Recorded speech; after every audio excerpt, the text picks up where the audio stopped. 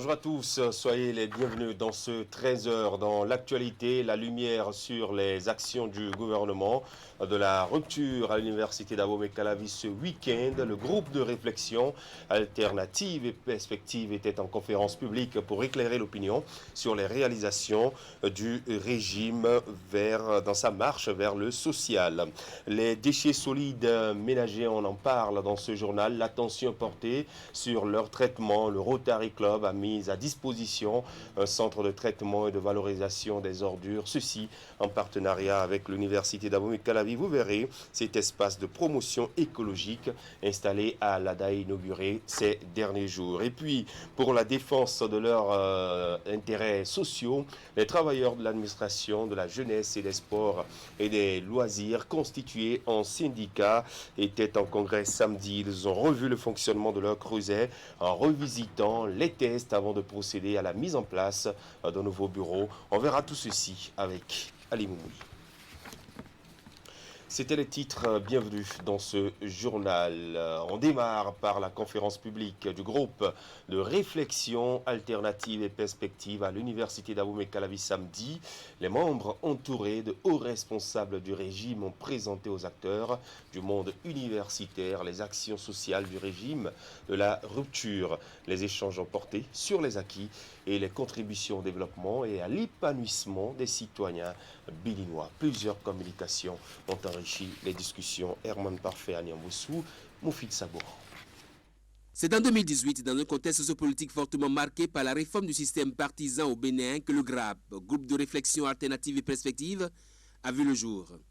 Alternative, parce qu'il faut aller au-delà, interroger l'histoire, interroger la science, interroger notre vécu quotidien pour pouvoir apporter l'éclaircissement qu'il faut pour aller au-delà de la considération première. Avec pour credo, agir pour rendre irréversible le processus de rupture en cours, cette plateforme composée d'acteurs du monde universitaire et culturel endogène n'entend laisser aucune place à l'intoxication ou à la désinformation. Et la conférence publique de ce samedi, 17 juillet 2021, vient apporter une série de réponses aux débats et questions suscités par le hautement social, sous le signe duquel Patrice Talon a placé son second mandat à la tête du Bénin. En termes d'acquis, l'état des lieux du social présenté à cette conférence publique par la ministre des Affaires sociales met en exergue bien des mesures qui tendent à faire de l'inclusion sociale une réalité. Autre aspect qui ne peut être passé sous silence, le numérique, vu comme facteur d'inclusion sociale, élément essentiel pour l'amélioration des conditions matérielles dans la société. En termes précis, quel est le rapport du numérique avec le social? 50 000 francs de microcrédit, mais les déplacements que vous devez faire avant de bénéficier de ces 50 000 francs ont été évalués à environ 12 000 francs CFA. Et moi, je ramène ça à 10 000 pour dire, vous étiez à la recherche de 50 000, mais vous devez d'abord dépenser 10 000. Donc, les 50 000 mis à votre disposition n'ont pas la valeur de 50 000, mais plutôt la valeur de 40 000. Mais quand le régime de la rupture contemporaine, a mis en place la finance digitale, on a vu que 50 000, c'est 50 000. C'est ça que vous recevez sur votre compte et c'est ça que vous utilisez. Également passé en revue le social, l'emploi et les jeunes. Et pour finir, les contributions pour un second mandat hautement social, tel qu'annoncé par Patrice Talon lors de son investiture en mai dernier. Si nous avons fait quelque chose de fondamentalement social, qui touche tous les Béninois, qu'ils soient enseignants à l'université d'Abomey-Calavi ou qu'ils soient paysans dans le village le plus reculé du Bénin, c'est de sécuriser les recettes de l'État. C'est sécuriser nos impôts. Chacun des Béninois qui met 1 franc dans la caisse commune a le droit à ce que son argent soit bien géré. Des panels, 4 au total, mais aussi des contributions de l'assistance qui ont ouvert la voie pour des débats enrichissants. À la fin, motif de satisfaction pour professeur Roch David Niaoui, président du GRAP. Chers amis, chers étudiants, mesdames, messieurs, nous allons sortir d'ici et nous allons nous dire que le hautement social est déjà né, que le hautement social, c'est maintenant, que le hautement social, c'est ce développement qui est promulgué, c'est ce hautement social développement social que nous voulons, que nous voyons, qui est prometteur, qui est directeur. L'assistance a pu se convaincre des nombreux efforts faits et des chantiers ouverts sous le régime de la rupture pour que la marche vers le social soit une réalité pour tous et sans distinction aucune. On remonte à vendredi. Ils sont une dizaine de ministres et personnalités proches collaborateurs du chef de l'État à recevoir des distinctions honorifiques. Ils sont reçus dans l'ordre national du Bénin, élevés à différents grades et dignités. Une marque de reconnaissance du président de la République envers les récipiendaires pour l'exceptionnel travail abattu à ses côtés les 5 dernières années. Teddy Goudalo était à la Grande Chancellerie vendredi dernier. On le suit. À cette cérémonie de distinction dans l'ordre national du Bénin, des ministres du gouvernement et bien d'autres personnalités. Ils sont respectivement élevés au rang de dignité de Grand Croix, commandeur, officier et chevalier de l'ordre national du Bénin pour service de développement rendu à la nation dans leur secteur respectif. Ce geste est la preuve que nos vies privées sacrifiées pour le sacerdoce du service public est bien perçue et reconnue. La reconnaissance du mérite ne tarit pas le mérite. Notre engagement à poursuivre inlassablement ce sacerdoce au service de tous est ici publiquement renouvelé. Les récipiendaires ont été dénichés par le chef de l'État Patrice Talon, qui a voulu ainsi leur rendre un vibrant hommage. Et c'est le moment pour la vice-présidente de la République de rappeler à l'assistance les mérites de ces hommes et femmes qui ont fait leur preuve dans l'appareil de l'État ces 5 dernières années. Quand on revient sur le parcours et les réalisations de chacun d'entre vous, à vos postes respectifs, on s'incline, comme l'exige notre tradition. Dès lors, on comprend le choix du chef de l'État de continuer, de poursuivre l'œuvre de construction de notre pays avec pratiquement la même équipe, les mêmes hommes et femmes. C'est un exploit inédit que notre mémoire collective fixera et conservera longtemps. Le Bénin est aujourd'hui un modèle de résilience et de bonne gouvernance dans la sous-région grâce aux efforts de ses membres du gouvernement, souligne la grande chancelière. Mariam Chabi Talata a également traduit aux récipiendaires toute sa fierté de les avoir franchi cette étape de la reconnaissance nationale. On parle à présent de la sécurisation foncière avec la mise en œuvre du cadastre national. Le projet était au cœur d'un atelier qui a réuni des experts à Grand Popo, les membres du comité technique de supervision et la réalisation du cadastre ont travaillé sur le processus devant aboutir à cette réalisation. On va retrouver Geoffroy Médecin et Florent Dehou pour les précisions. Principal socle pour la gestion et la sécurisation foncière, la maîtrise et l'amélioration de la connaissance du patrimoine foncier. Le cadastre est au cœur de cette rencontre. Elle se tient sur les bords de l'océan Atlantique à l'hôtel Bel Azur de Grand Popo et vise à permettre à ces acteurs à divers niveaux du domaine et du foncier de jouer leur partition dans le processus de réalisation par le Bénin de son cadastre national. Mesdames et messieurs, au regard de la qualité des participants et de l'engagement de tous, je reste persuadé et convaincu que des enseignements pertinents sortiront de nos échanges et permettront à chacun et à tous de jouer un rôle déterminant dans la suite du processus pour un cadastre inclusif au service du développement économique et social dans notre pays. Selon la législation en vigueur au Bénin, le cadastre se définit comme étant un ensemble technique des outils d'identification, d'enregistrement et de description des terres ou une représentation cartographique de l'ensemble du territoire national sur une base communale et selon sa division en parcelles de propriété. La mise en place du cadastre national est placée sous la coupole du comité technique de supervision de la réalisation du cadastre national, CTSR-CN. L'ambassade du Royaume des Pays-Bas près le Bénin appuie techniquement et financièrement l'initiative.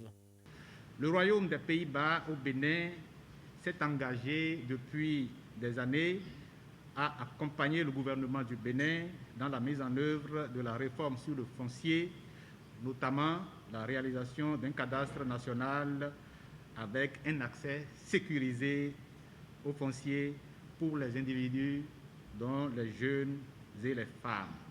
Cela est concrétisé à travers quelques appuis, dont le projet de modernisation de l'administration foncière au Bénin, PEMAF, actuellement en cours d'exécution.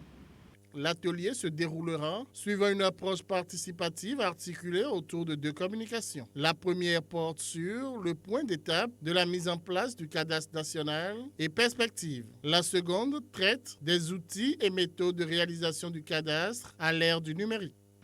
Le présent atelier est organisé en vue d'entretenir les principaux acteurs nationaux et communaux du foncier sur les différentes activités menées et celles en cours dans le cadre de la mise en place du cadastre national, ainsi que leur niveau d'avancement. Ceci pour asseoir davantage entre les parties prenantes les bases d'une synergie d'action, d'une approche inclusive et dans la perspective d'assurer une cohérence technique dans la réalisation du cadastre national. Le présent atelier se veut donc un creuset d'échanges fructueux entre les acteurs du foncier. Les travaux de cet atelier national sur l'évolution de la réalisation du cadastre durent 48 heures. Et puis ce document de stratégie nationale de protection, de sécurité et de sûreté maritime qui date de 2013, qui est cette fois-ci évalué, il est prévu qu'il soit actualisé afin de l'adapter aux besoins présents et futurs. Un atelier d'information est d'ailleurs organisé vendredi à Cotonou par l'autorité nationale chargée de l'action de l'État en mer en collaboration avec Enabel. Les précisions de Idrissou Boukari et Moufid Sabouran. L'insécurité maritime dans le golfe de Guinée constitue une préoccupation majeure pour les États riverains. Dans ce contexte, le Bénin est confronté à des menaces maritimes dont la piraterie. En réponse à cette situation, le pays s'est doté depuis juin 2013 d'une stratégie nationale de protection, de sécurité et de sûreté maritime. Un an plus tard, en 2014, l'autorité nationale chargée de l'action de l'État en mer a été mise en place et dirigée par le préfet maritime pour s'adapter aux nouveaux éléments contextuels et enjeux internationaux. L'actualisation du document de la stratégie nationale de protection, de sécurité et de sûreté maritime s'avère indispensable. C'est ce à quoi sont conviés les participants à cet atelier organisé ce vendredi au Champ d'Oiseaux de Cotonou. L'ancien ministère du Plan de développement, actuellement ministère du Développement et de la coordination de l'action gouvernementale, a sorti un document guide pour la rédaction des politiques et donc des stratégies. Et sur la base de ce document-là, nous nous sommes rendus compte que le document de stratégie donc, qui date de 2013 est désormais désuet, puisqu'il a plus de 8 ans, alors qu'au bout de 5 ans, il faut procéder à sa relecture, à son évaluation. Ensuite, le contexte dans lequel ce document avait été élaboré, ce contexte a évolué. Aujourd'hui, dans nos espaces maritimes, nous faisons face à une évolution de la menace et pour cela, il faut adapter les moyens de lutte contre cette menace-là en mer. Et c'est ce qui motive la relecture, donc l'évaluation de ce document. La stratégie nationale de protection, de sécurité et de sûreté maritime est un document guide qui gouverne la vision du Bénin de la gestion rationnelle de ces espaces maritimes. Elle prend en compte les aspects économiques, politiques, judiciaires et sociaux. Un engagement que le Royaume de Belgique accompagne depuis 2019 à travers le projet d'appui au développement du secteur portuaire au Bénin. pour améliorer le climat des affaires et la performance des acteurs portuaires. Pour le présent atelier d'actualisation, l'Agence belge de développement a mobilisé un consultant international pour une contribution technique. Faut-il vous rappeler cette évidence, à savoir que la surface du domaine maritime, relevant de la responsabilité du gouvernement béninois, correspond à la moitié de la surface du territoire national. Ce domaine doit à la fois être protégé et géré pour éviter qu'il ne soit le lieu de trafic et détournement et qu'il puisse apporter au Bénin les ressources et les emplois que peut générer une activité économique sur cette immense zone. Ce processus concerne un grand nombre d'acteurs et nous espérons que la méthodologie envisagée donnera l'occasion à chacun de s'exprimer. Depuis l'avènement du nouveau départ, le Bénin nourrit l'ambition d'un pays avec de grandes initiatives en établissant un cadre plus propice à l'éclosion des talents et du dynamisme de ses compatriotes, de manière à relancer durablement son développement. Ce cadre est celui d'une économie bleue dont la matrice est l'utilisation durable des ressources de la mer, des fleuves, des lacs pour la croissance économique, l'amélioration des moyens de subsistance et des emplois, tout en préservant la santé de l'écosystème aquatique. La version actualisée du document permettra au Bénin de renforcer davantage son dispositif de surveillance et de suivi au niveau de la côte. Au-delà de l'engagement du Bénin pour maîtriser ses espaces maritimes, la criminalité en mer, au regard de son ampleur, reste un combat régional. Une synergie d'action entre les États riverains du Golfe de Guinée s'impose donc pour lutter efficacement contre le phénomène.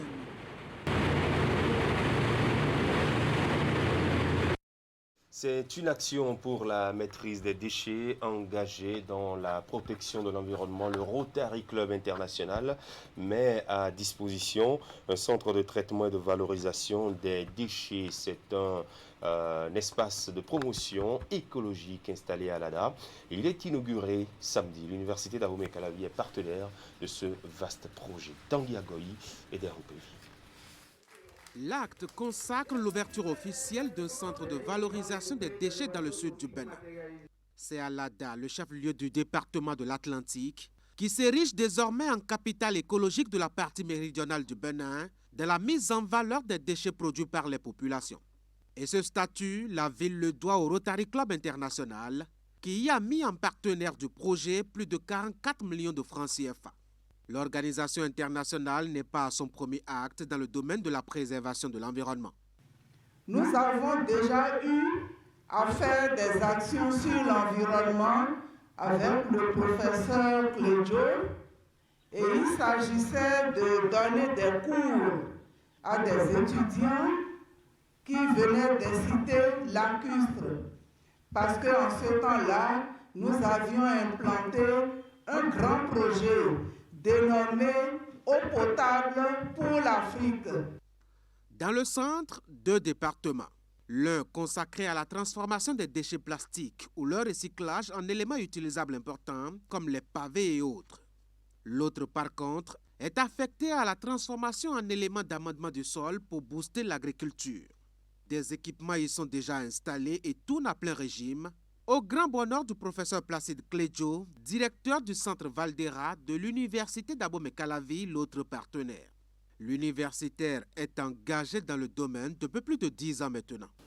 Donc, c'est les pavés que nous réalisons. Nous déversons chaque année des millions de tonnes de déchets dans nos eaux et sur nos terres.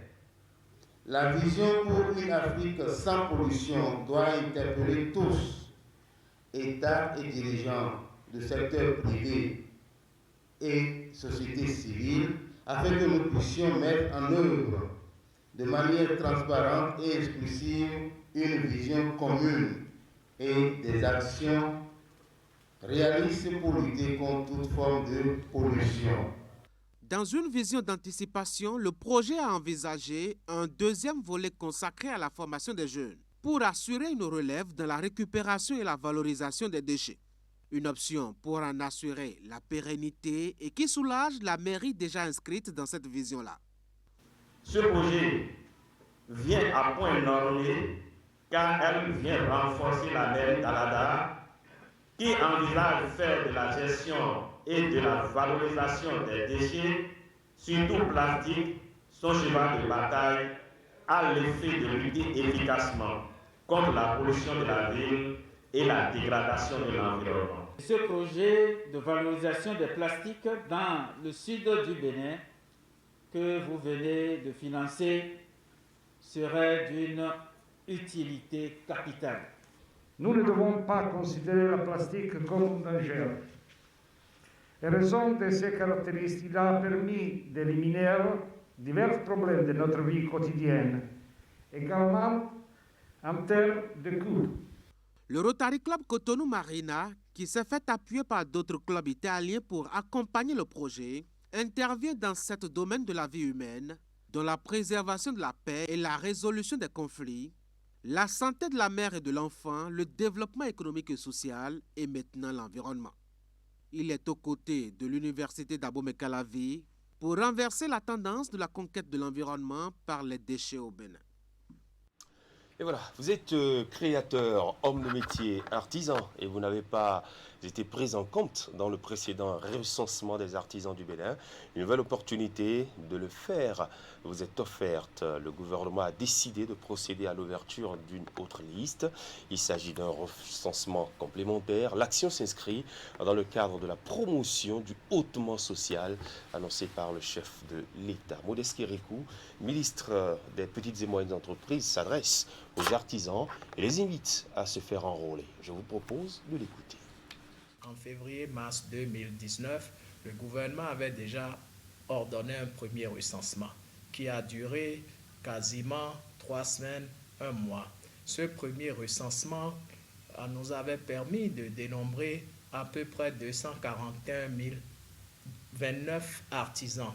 Ce premier recensement avait à l'époque, hélas, souffert de beaucoup de campagnes d'intoxication, de sabotage, parfois même les artisans eux-mêmes et certains de leurs responsables qui n'avaient pas compris à l'époque à sa juste valeur les motivations, la finalité de ce recensement.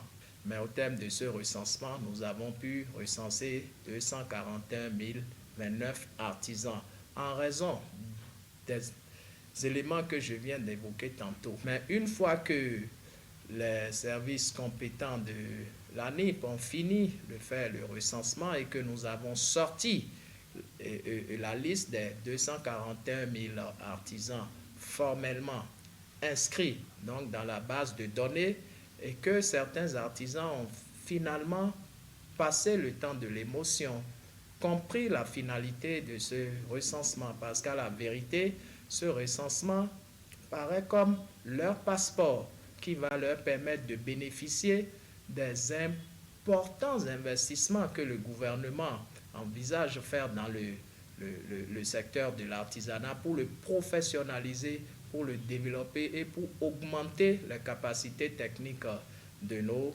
braves artisans. Le gouvernement, sous le leadership du président Patrice Talon, souhaite conférer un statut aux artisans. Donc, nous pourrons bénéficier de ces avantages en termes de formation, en termes de renforcement de capacité, en termes d'accès au crédit, en termes d'allègements fiscaux que les artisans qui se seront rendus disponibles pour faire le recensement, pour figurer dans le registre biométrique des métiers et pour avoir leur carte biométrique professionnelle. Chers artisans, où que vous soyez, je voudrais vous dire que c'est à votre demande, c'est après votre plaidoyer qu'un compte rendu a été fait au président de la République qui a marqué son accord et qui a donné des instructions fermes aux fins de l'organisation d'un recensement complémentaire. Ce recensement complémentaire sera le dernier. Je ne voudrais pas, chère artisane, chers artisans, que tu rates le rendez-vous. Si tu rates le rendez-vous de ce recensement, tu ne pourras pas avoir ta carte professionnelle biométrique. C'est pourquoi je voudrais souhaiter que tous les artisans qui n'avaient pas pu se faire recenser ne ratent pas le coach, ne laissent pas passer ce rendez-vous et qui puissent forcément, cette fois-ci, éviter d'écouter les oiseaux de mauvais augure, se faire recenser pour se mettre aptes à pouvoir bénéficier de toutes les initiatives du gouvernement au profit du relèvement, au profit du développement du secteur de l'artisanat dans notre beau pays. Modeste Kirikou, ministre des Petites et Moyennes Entreprises, sur des propos recueillis par Clément Achadé et Derou Pevi. On rappelle que la décision de procéder à ce recensement complémentaire des artisans du Bénin est prise en Conseil des ministres le mercredi 14 juillet 2021. Elle fait suite à la demande des acteurs du secteur et le président de l'Union des chambres interdépartementales de métiers du Bénin et le premier responsable de la Confédération nationale des artisans du Bénin expriment leur satisfaction et invitent les artisans RAD à saisir cette occasion. Ils se prononcent. À l'issue du Conseil des ministres, le chef de l'État, son Excellence M. Patrice Talon, qui reste toujours à l'écoute de son peuple et notamment de ses artisans, autorise un recensement complémentaire des artisans afin d'accorder une nouvelle chance aux retardataires de se faire enrôler, identifier dans nos registres biométriques de métiers afin de profiter de multiples avantages découlant des réformes en cours du secteur de l'artisanat dans la formation professionnelle et dans la protection sociale des artisans.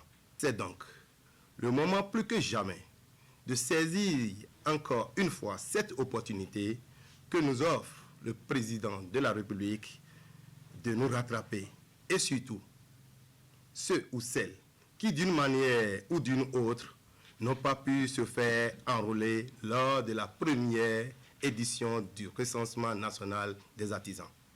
Cette opération se déroulera sur toute l'étendue du territoire national dès son lancement par les structures compétentes.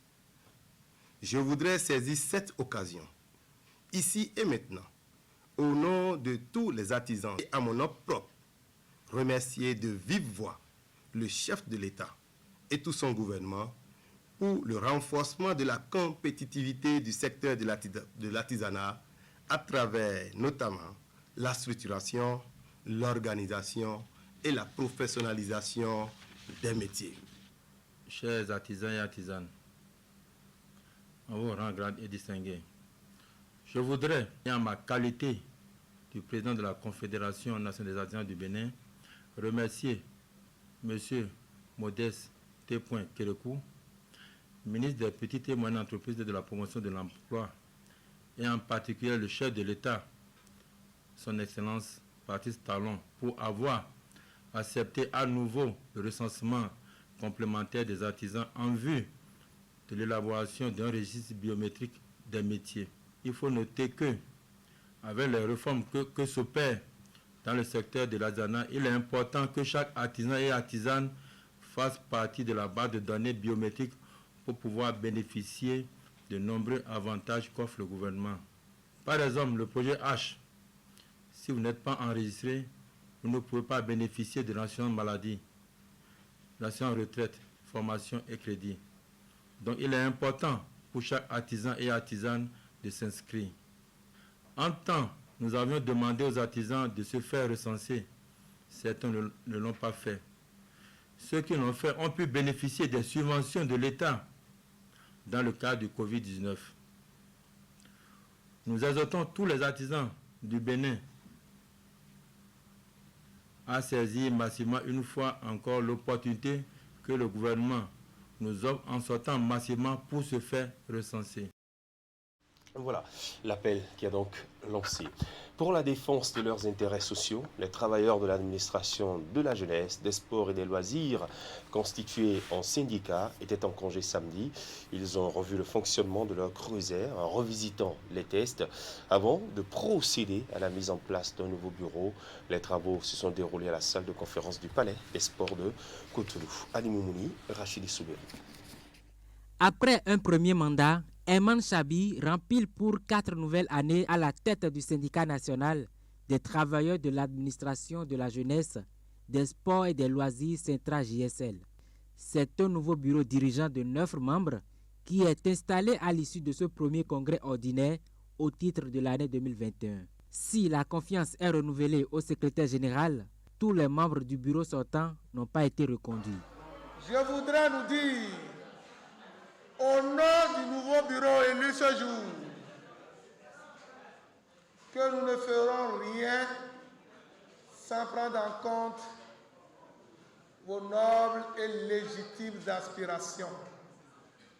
Sans vous, nous ne sommes pas. Avec vous, nous serons forts. Avec vous, nous irons de l'avant. Avec vous, nous allons réussir les challenges de la modernité actuelle. La mission du nouveau bureau n'a pas changé. Il est question de défendre les intérêts du personnel du ministère des Sports et créer un cadre convivial de travail où règne le respect mutuel, la solidarité et l'entraide. À ce sujet, les participants ont suivi plusieurs communications. Chers camarades travailleuses et travailleurs du ministère des Sports, restons soudés. Ne soyez pas loin de nous. Portez des critiques. Ayez le sens de l'esprit critique et non le sens de l'esprit de critique. Ainsi, le navire dont nous prenons les commandes ce jour ne chavira pas. À l'ouverture du congrès, plusieurs personnalités présentes, dont le ministre des Sports, ont exprimé leur soutien aux participants. C'est vrai que nous avons fait quelques petits pas en ce qui concerne l'amélioration des conditions de vie des travailleurs de façon générale et de ceux du Centra JSL en particulier. Mais quand on regarde les performances que nous avons obtenues, si on veut être honnête, on doit reconnaître qu'il reste encore beaucoup de choses à faire. Et c'est pour cela que je voudrais, tout en étant sensible à tout ce que j'ai entendu, vous inviter à encore un peu plus de persévérance dans l'effort. Ma présence ici ce matin est le témoignage de ma reconnaissance pour la qualité de la collaboration que j'ai eue au ministère des Sports avec le personnel et ses représentants. Le nouveau bureau du syndicat national des travailleurs de l'administration de la jeunesse, des sports et des loisirs Centra JSL prend ainsi les rênes pour un nouveau mandat de 4 ans.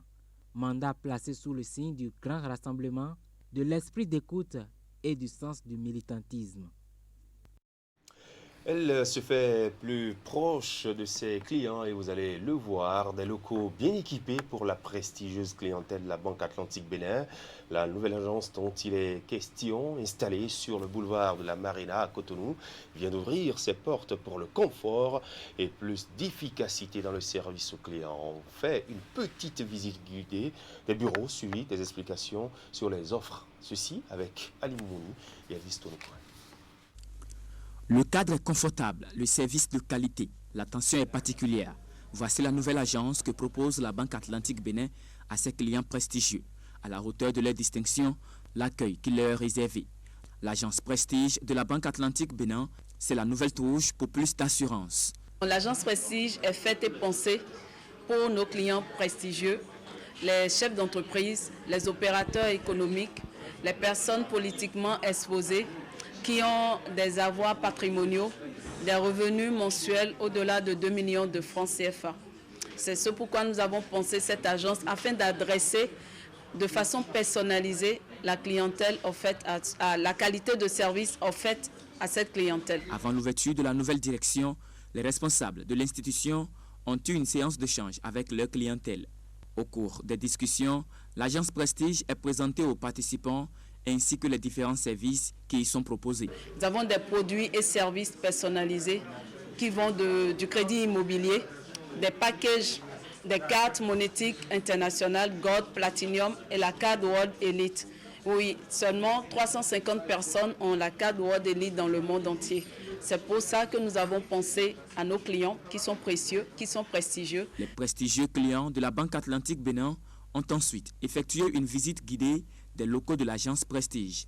2 points de retrait automatiques sont disponibles ici, dont l'un à l'extérieur et l'autre à l'intérieur.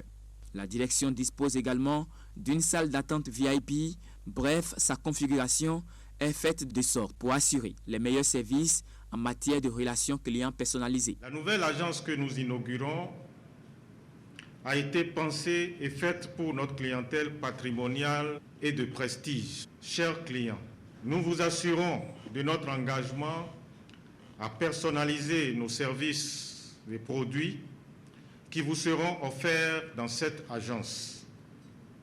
Mes équipes et moi ne lésinerons sur aucun moyen pour vous fournir un service de qualité. L'agence Prestige est située à la zone Sensad Aéroport, au niveau de l'immeuble Marie-Stella. Faut-il le souligner, la Banque Atlantique compte aujourd'hui un réseau de 12 agences au Bénin.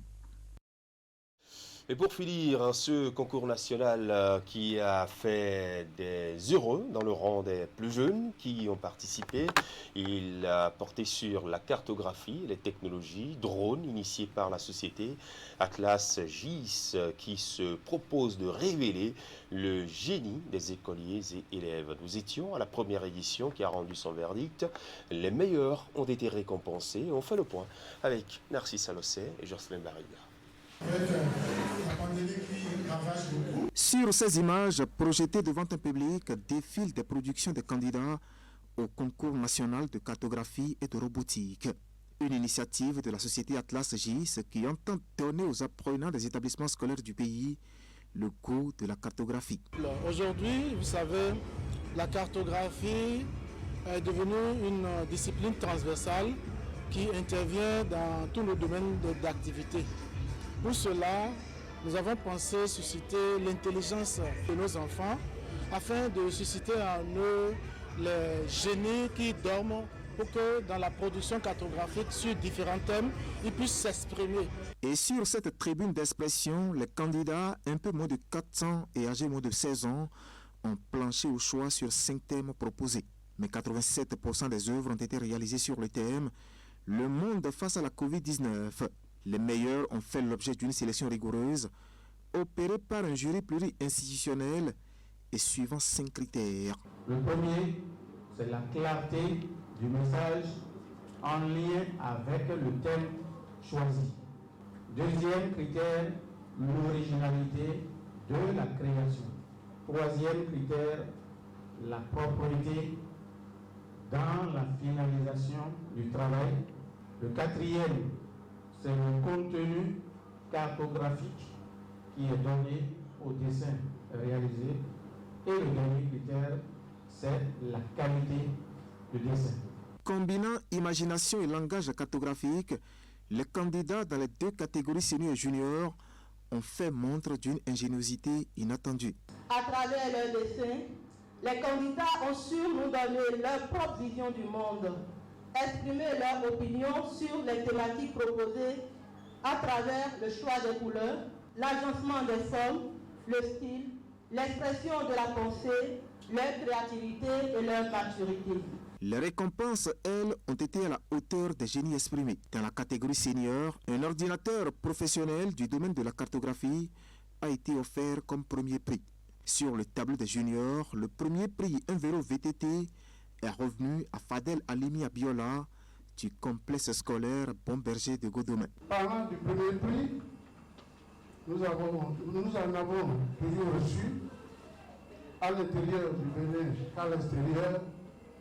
Je pense que c'est une bonne initiative et nous allons continuer. On veut aller recevoir ce premier prix à l'extérieur.